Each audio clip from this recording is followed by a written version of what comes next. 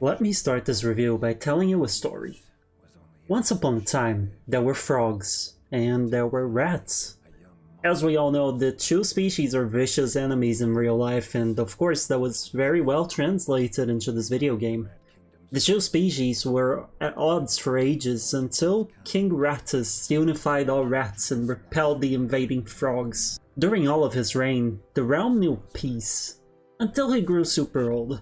That's about the time the game starts, with the frogs invading again and everything going to shit. The story may not be the main focus here, but it managed to hold my interest despite being nothing special. In Tales of Iron, you play as the new king, Reggie. He's one of Rattus' children, and quite often seen as the most feeble one. The underdog, per se. Or is it the under-rat? Sorry, I know nothing of the etiquette of using expressions that relate to other species.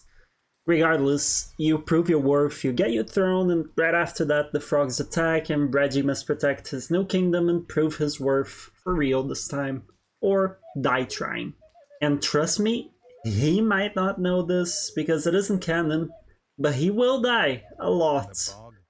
Mostly in your hands. See, the game is classified by many as a 2D Souls-like. The story itself, however, calls it a hand-drawn RPG adventure with punishingly brutal combat.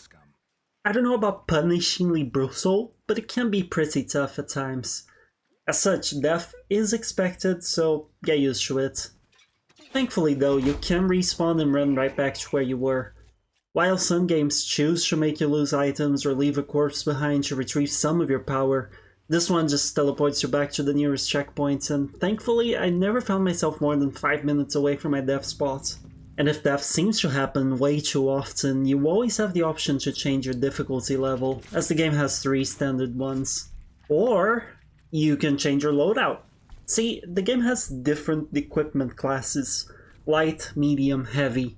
Naturally, heavier stuff tends to give a bit more in terms of stats, but it also gives you more weight. Honestly, I didn't notice too much of a difference with weight, but it does impact Reggie's speed for all movement, including dodging, so I tried to keep it at medium weight tops. The armor also has specific protection against different enemies, so if you're stuck against the boss of the frog species, for example, it might be best to look for frog protection armor in your item chest. Thankfully, most, if not all, checkpoints carry item chests, along with other means to replenish your supplies. The game also has multiple types of one-handed melee weapons, such as swords and spears, usually carried with shields, along with two-handed heavy weapons and ranged weapons, all of which are different categories, activated by pressing different buttons. Despite having all these loadout options, you won't get very far if you don't understand the basics of combat. As always, hit stuff enough times and they die. If they hit you enough times, you die. No amount of armor can save you from that, it just allows you to make more mistakes. So, how do you protect yourself? Well, aside from your basic movement, you have 3 different ways to proceed: blocking, dodging, and rolling. Some attacks glow red, indicating they are unblockable. Those you must dodge. Some of those can only be rolled through, which is effectively a more powerful but more time-consuming dodge. Other attacks glow yellow, and those need to be blocked. Block at the right moment and you parry the attack.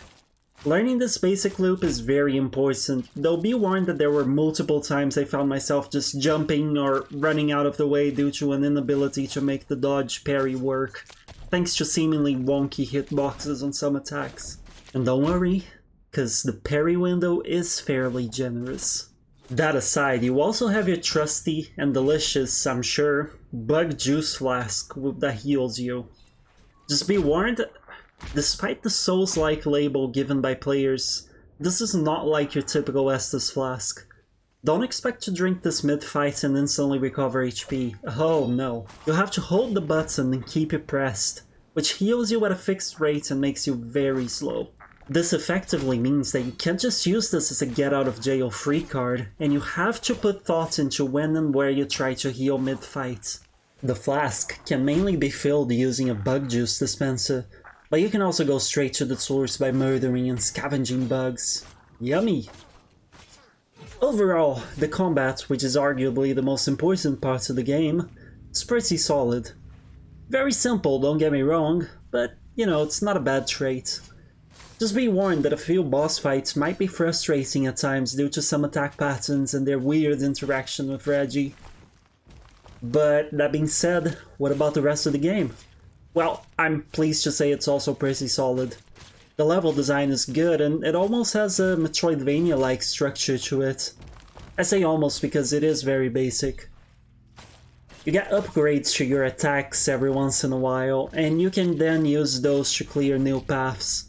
But the map overall is not interconnected, and it isn't massive and full of optional areas and incredible secrets, though there are a few secrets around waiting to be found. And speaking of map, your in-game map is very handy. It shows whenever you have a quest available. Oh, what's that? I never mentioned quests? Well, there you go, the game has quests. Not only that, but due to story reasons, you are required to finish lots of those quests to proceed with the game.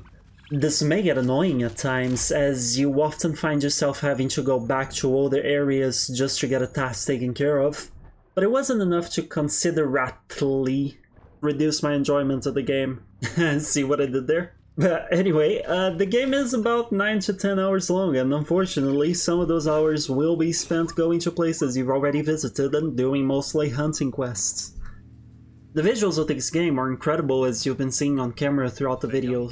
As the Steam store page says, these are hand-drawn and the game is better off for it. There are really cool animations, such as during combat or when finishing enemies or even when skinning them. It's clear the team took great care into polishing the side of the game, which I deeply appreciate. Even though this is a 2D game, it also pays attention to both the foreground and the background of your screen, with your character's layer being in the middle. It's always easy to tell what is or isn't in the foreground, as you can see right now on camera, and it's all detailed in ways that often complement one another visually. Sometimes you'll even see enemies appearing in the background, walking out of frame and showing up in your layer to attack you. Or maybe you'll see beasts lurking that may foreshadow what Reggie may eventually face in his journey. Whatever the situation, the point is that they use the entire screen to their advantage, and it results in a really cool effect. And the way dialogue is presented is adorable. Just look at this.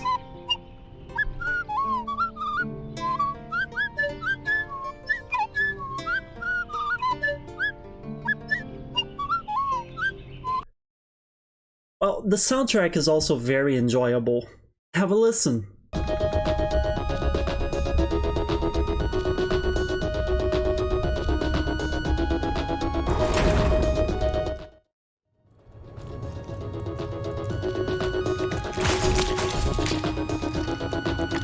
I have to say though, the highlight is the narrator.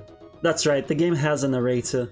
Again, have a listen, but this time see if you can recognize the voice. When his squire woke him with this god-awful noise, the young prince was dreaming about this day, just like he had for months. Now it was here, he better be ready.